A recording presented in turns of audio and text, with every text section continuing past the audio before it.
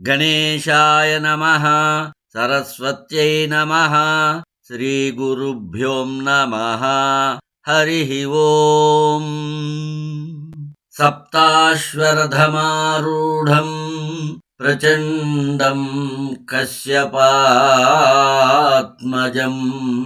శ్వేతపద్మధరం దేవం తం సూర్యం ప్రణమామ్యహం తం సూర్యం ప్రణమామ్యహం. జ్ఞాన ప్రదీపిక ఛానల్ని వీక్షిస్తున్న యూట్యూబ్ ప్రేక్షకులందరికీ జ్ఞాన ప్రదీపిక ఛానల్ తరఫున పాతూరి జ్ఞానేశ్వర శర్మ నమస్సుమాంజలులు. సూర్య భగవానుని అనుగ్రహ ఆశీస్సులు అందరికీ ఉండాలని, సూర్య భగవానుని అనుగ్రహంతో అందరూ చక్కని ఆరోగ్యంతో సుఖ జీవితాన్ని కొనసాగించాలని ఆ సూర్య భగవానుని ప్రార్థిస్తూ, ఇది మాఘమాసం. శ్రీ శోభకృత్నామ సంవత్సరంలో ఉత్తరాయణంలో ఈ మాఘమాసం ఫిబ్రవరి 10, 2024 నుండి మార్చి 10, 2024 వరకు ఈ మాఘమాసం ఉంటుంది. ఈ మాఘమాస మహాత్మ్యాన్ని తెలుసుకుందాం. సంవత్సరంలో మనకు 12 మాసములు, చైత్రం, వైశాఖం, జ్యేష్టం, ఈ విధంగా 12 మాసములు వస్తాయి. పౌర్ణమి నాడు ఏ నక్షత్రం అయితే ఉంటుందో ఆ నక్షత్ర పేరుతో ఆ మాసం పిలువబడుతుంది. ఉదాహరణకి పౌర్ణమి నాడు చిత్తా నక్షత్రం ఉంటే అది చైత్రమాసం, పౌర్ణమి నాడు విశాఖ నక్షత్రం ఉంటే అది వైశాఖ మాసం, అదేవిధంగా పౌర్ణమి నాడు మఖా నక్షత్రం ఉంటే అది మాఘమాసం అని పిలువబడుతుంది. మాఘము అంటే మా అఘము, అఘము అంటే పాపము, మాఘము అంటే పాపములను పోగొట్టున్నది అని అర్థం.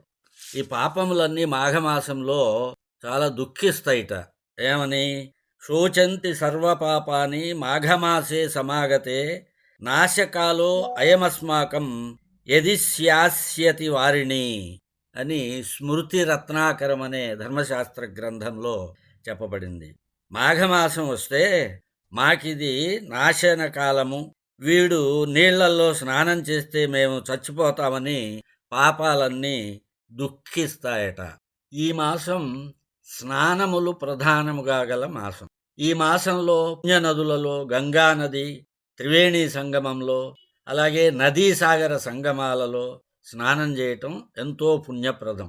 వీటిల్లో స్నానం చేయలేని వారు ఇంటి వద్దనే స్నానం చేయవచ్చు. ఈ మాసంలో చన్నీటి స్నానం చేసిన వారు పాప విముక్తులై స్వర్గాన్ని పొందుతారు. అశక్తులైన వారు వేడి నీటితోనైనా స్నానం చేయవచ్చు. మాఘే నిమగ్నాః సలిలే సుశీతే విముక్త పాపాః త్రిదివం ప్రయాంతి వ్రతైర్దానైస్తపోభిశ్చ న తథా ప్రీయతే హరిః మాఘమజ్జన మాత్రేణ యథా ప్రీణాతి కేశవః ప్రీయతే వాసుదేవస్య సర్వపాపాపనుత్తయే మాఘస్నానం ప్రకుర్వీత స్వర్గలాభాయ మానవః అని పద్మపురాణం ఉత్తరఖండంలో మాఘమాస మహాత్మ్యాన్ని వర్ణిస్తూ చెప్పబడింది. అంటే మాఘమాసంలో స్నానమాత్రం చేత ప్రసన్నుడైనట్లుగా శ్రీహరి వ్రతములు, దానములు, తపస్సుల చేత తృప్తి చెందడు. అందుచేత స్వర్గప్రాప్తి, పాపముల నుండి విముక్తి, వాసుదేవుని అనుగ్రహం పొందాలంటే మాఘమాసంలో తప్పక స్నానములు చెయ్యాలి. అస్మిన్ హి భారతే వర్షే కర్మభూమౌ విశేషతః అమాఘస్నాయినాం నృణాం నిష్ఫలం జన్మకీర్తితం. కర్మభూమి అయిన భారతదేశంలో జన్మించి కూడా మాఘస్నానం చేయని వారి జన్మ వృధా. నసమం భవితా కించిత్ తేజః సౌరేణ తేజసా తద్వత్ స్నానేన మాఘస్య న సమాహ క్రతుజాః క్రియాః. సూర్య తేజస్సుకు సాటివచ్చు మరొక తేజస్సు లేనట్లే మాఘస్నాన మహిమకు సాటిగా వచ్చు క్రతువు గాని క్రియ గాని మరొకటి లేవు. ఈ మాసంలో ప్రయాగలో స్నానం అతి ప్రశస్తం. ప్రయాగను స్మరిస్తూ ఇంట్లో స్నానం చేసిన ఉత్తమ ఫలితం లభిస్తుంది. మాసమంతా విధి విధానంగా స్నానం చేయటం ఎంతో పుణ్యం. మాసమంతా చేయలేని వారు కనీసం 3 రోజులైనా, 3 రోజులు కూడా చేయలేని వారు కనీసం 1 రోజైనా, అది కూడా మాఘ పౌర్ణమి నాడు స్నానం చేయాలి. పౌర్ణమి నాడు సముద్ర స్నానం కూడా ఎంతో పుణ్యప్రదం. మాఘ పౌర్ణమి నాడు స్నానం చేయటాన్ని జ్ఞాపకం పెట్టుకోవటానికి మన పెద్దలు ఒక సూత్రం చెప్తారు. ఆ కా మా వై. ఆ అంటే ఆషాఢం, కా అంటే కార్తీకం, మా అంటే మాఘం, వై అంటే వైశాఖం. అంటే ఆషాఢము, కార్తీకము, మాఘము, వైశాఖం మాసములలో పౌర్ణమి నాడు సముద్ర స్నానం ఎంతో పుణ్యప్రదము. అందులోనూ మాఘమాస పౌర్ణమి నాడు సముద్ర స్నానం ఎంతో విశేషమైనది. మాఘ స్నానం చేసేవారికి ముఖ్యంగా మనోనిర్మలత, శ్రద్ధ కూడా అత్యంత ఆవశ్యకం. మాఘమాసంలో స్నానం చేయటానికి ముందు సంకల్పం చెప్పుకొని ప్రార్థన చేసి స్నానం చేయాలి. ఆ సంకల్పం ఈ విధంగా ఉంటుంది. ఓం తత్సత్ అద్య మాఘమాసి పక్షే, అంటే అది ఏ పక్షమో ఆ పక్షం పేరు చెప్పాలంటే శుక్లపక్షమా లేకపోతే కృష్ణపక్షమా, తిథౌ ఆ రోజు ఏ తిథో, వాసరః ఏ వారమో ఆ వారం పేరు చెప్పి, మకరస్థ రవిం యావత్ మాసే గోత్రః మీ గోత్రం పేరు చెప్పుకుని, నామధేయస్య మీ పేరు చెప్పుకుని, వైకుంఠ నివాస పూర్వక శ్రీ విష్ణు ప్రీత్యర్థం ప్రాతస్నానం కరిష్యే అని చెప్పి ఈ క్రింద చెప్పబోయే ప్రార్థన కూడా చెప్పుకుని స్నానం చెయ్యాలి.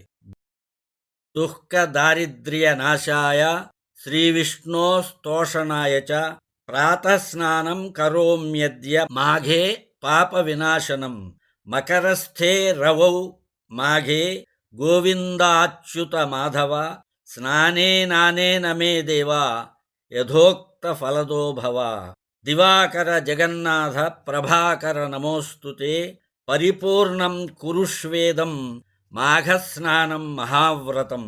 మాఘమాసమిమం పుణ్యం స్నామ్యహం దేవ మాధవ తీర్థస్యాస్య జలే నిత్యం ప్రసీద భగవన్ హరే అని ప్రార్థించి స్నానం చెయ్యాలి. మాఘస్నాన మహాత్మ్యాన్ని గురించి పద్మపురాణం ఉత్తరాఖండంలో వశిష్ఠ మహర్షి దిలీప మహారాజుతో ఈ విధంగా చెప్తాడు.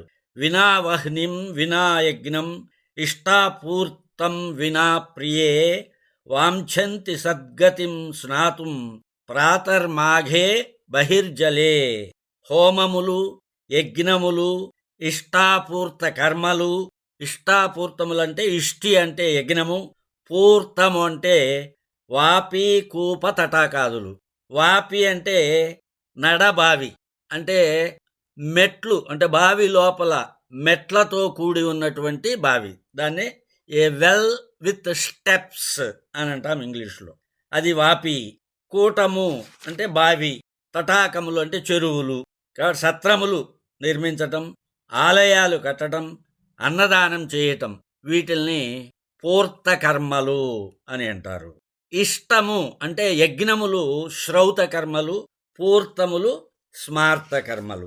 కాబట్టి హోమములు, యజ్ఞములు, ఇష్టాపూర్త కర్మలు చేయకుండానే సద్గతిని పొందగోరు వారు మాఘమాసంలో ప్రాతకాలంలో బహిర్జలం అంటే బయట ఉన్న నీటితో స్నానం చెయ్యాలి. గో భూమి తిల వాసాంసి స్వర్ణధాన్యాని యాని చ అదత్వేచ్ఛంతి ఏ నాకం తే మాఘస్నాంతు సర్వదా. గోవు, భూమి, తిలలు, వస్త్రములు, బంగారము, ధాన్యము మొదలగు వస్తువులను దానం చేయకుండానే, అంటే ఇవన్నీ పుణ్యకర్మలు కదా, ఈ పుణ్యకర్మల వల్ల స్వర్గం లభిస్తుంది. అయితే ఇవన్నీ చేయకుండానే స్వర్గం రావాలి అంటే మాఘమాసంలో ఎల్లప్పుడూ, అంటే ప్రతి నిత్యము ప్రాతకాలంలో స్నానం చెయ్యాలి. త్రిసప్తాహవ్రతైః కృచ్ఛ్రైః పరాకైశ్చ నిజాం తనుం అసోష్యేచ్ఛంతి ఏ స్వర్గం తపసి స్నాతుం తే సదా. 3 రాత్రులు ఉపవాసములు కృచ్ఛ్ర చాంద్రాయణాది వ్రతములతో తమ శరీరములను శుష్కింపచేయకుండానే స్వర్గాన్ని చేరుకోవాలనుకునేవారు మాఘమాసంలో నిత్యము ప్రాతకాలంలో స్నానం చేయాలి. దేవలోకాన్ నివర్తంతే పుణ్యైరన్యైః పరంతప కదాచిన్న నివర్తంతే మాఘస్నాన రతా నరాః. ఇతర పుణ్యకర్మల ద్వారా స్వర్గమును పొందినవారు పుణ్యఫలం పూర్తి అవగానే తిరిగి భూలోకంలో జన్మిస్తారు. మాఘస్నానం చేసిన మానవుడు మాత్రం స్వర్గం నుండి తిరిగి రాడు అని వశిష్ఠ మహర్షి దిలీప మహారాజుకు చెప్తాడు. పద్మపురాణం ఉత్తరఖండంలో ఈ మాఘస్నాన ప్రభావాన్ని అంటే మాఘస్నాన మాహాత్మ్యాన్ని వివరించే ఒక అద్భుతమైన కథ చెప్పబడింది. ప్రాచీన కాలంలో నర్మదా నదీ తీరంలో ఒక అగ్రహారం ఉండేది. ఆ అగ్రహారంలో సువ్రతుడు అనే బ్రాహ్మణుడు నివసిస్తున్నాడు. అతడు 4 వేదాలు, వేదాంగములు, ధర్మశాస్త్రములు, పురాణములు బాగా తెలిసినవాడు. అవే కాకుండా తర్కశాస్త్రం, జ్యోతిషం, గజవిద్య, అశ్వవిద్య, మంత్రశాస్త్రము, సాంఖ్యశాస్త్రము, యోగశాస్త్రము, 64 కళలు కూడా అభ్యసించాడు. అనేక భాషలు, వాటి లిపి కూడా తెలిసినవాడు. ఇంత విజ్ఞాని అయి ఉండి కూడా తన జ్ఞానాన్ని ధర్మకార్యాలలో ఉపయోగించలేదు. ధనం సంపాదించటమే ధ్యేయంగా పెట్టుకున్నాడు. పరమ లోభి. డబ్బు కోసం తీసుకొనరాని వారి నుండి కూడా దానం తీసుకునేవాడు. అలా జీవితాంతం ధనమే ధ్యేయంగా సంపాదించాడు. 1,00,000 స్వర్ణ నాణేలు సంపాదించాడు. వృద్ధాప్యం వచ్చింది. శరీరం జీర్ణించిపోయింది. కాల ప్రభావం చేత ఇంద్రియాలు కూడా వాటి పటుత్వాన్ని కోల్పోయాయి. కదలటానికి కూడా శక్తి లేని అసమర్థుడయ్యాడు. అప్పుడు అతనిలో వివేకం ఉదయించింది. జీవితమంతా ధన సంపాదనలోనే గడిపాను. జీవితాంతం ఒక్క సత్కర్మను కూడా చేయలేదు. పరలోక గతులను గురించి కూడా ఆలోచించనే లేదు. నేను ఏ విధంగా ఉద్ధరింపబడతాను అని సువ్రతునిలో వివేకం ఉదయించింది. పశ్చాత్తాపపడ్డాడు. ఈ విధంగా పశ్చాత్తాపమనే అగ్నిలో దహింపబడుతున్నాడు. పశ్చాత్తాపానికి మించిన ప్రాయశ్చిత్తం లేదు కదా. ఇలా ఉండగా ఒకరోజు రాత్రి దొంగలు అతను కూడబెట్టిన ధనాన్నంతా దోచుకుపోయారు. అసలే పశ్చాత్తాపంతో దగ్ధమవుతున్నాడు. ధనం పోవటంతో ధనం శాశ్వతం కాదని కూడా జ్ఞానోదయమైంది. ఇప్పుడు అతనికి ఒకటే చింత, పరలోకానికి సంబంధించి మనోవ్యాకులతో ఉన్నాడు. ఎలా ఉద్ధరింపబడాలనే ఆలోచన. ఇలా ఆలోచిస్తుంటే తను ధనం సంపాదించే రోజులలోని ఒక సంఘటన జ్ఞాపకం వచ్చింది. ఒక రోజున ధనం సంపాదించడం కోసం కాశ్మీర దేశం వెళ్తున్నాడు. మార్గంలో గంగానదీ తీరంలో వేద పారంగతులైన బ్రాహ్మణులు కనిపించారు. వారు ప్రాతకాలంలో మాఘస్నానం చేసి కూర్చుని ఉన్నారు. అక్కడ ఒక పౌరాణిక విద్వాంసుడు ఒక శ్లోకంలోని అర్ధశ్లోకాన్ని చెప్తున్నాడు. మాఘే నిమగ్నః సలిలే సుశీతే విముక్త పాపాస్త్రిదివం ప్రయాంతి. మాఘమాసంలో సన్నీటిలో మునిగిన వాని పాపములన్నీ నశించి స్వర్గాన్ని పొందుతాడు అని ఆ పండితుడు చెప్తున్నాడు. ఆ సంఘటన జ్ఞాపకం వచ్చి ఈ సువ్రతుడు మాఘస్నానములు చేయాలి అని నిశ్చయించుకున్నాడు. నర్మదా తీరానికి వెళ్ళి అక్కడే ఉంటూ ప్రాతకాలంలో నర్మదా నదిలో రోజు స్నానం చేస్తున్నాడు. ఆ విధంగా 9 రోజులు గడిచాయి. స్నానం చేయటానికి కూడా శక్తి లేకుండా ఉంది.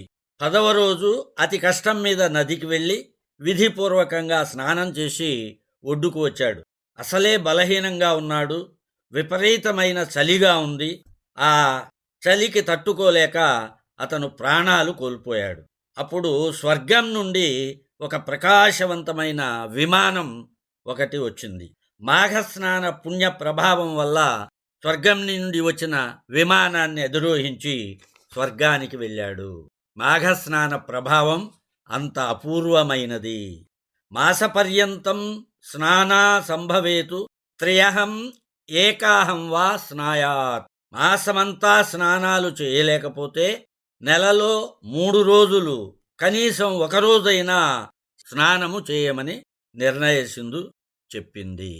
కనుక ఈ మాఘమాసమంతా ప్రతిరోజు సూర్యోదయానికి ముందే లేచి సంకల్పపూర్వకంగా ప్రార్థనాపూర్వకంగా మాఘస్నానములు చేసి మాధవుని యొక్క అనుగ్రహాన్ని, కనుక ఈ మాసంలో ఏ దైవ కార్యం చేసినా మాధవ ప్రియతాం అని మాధవునికి సమర్పించాలి.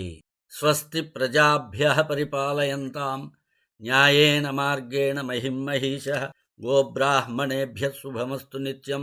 లోకాః సమస్తా సుఖినో భవంతు. ఓం శాంతి శాంతి శాంతి.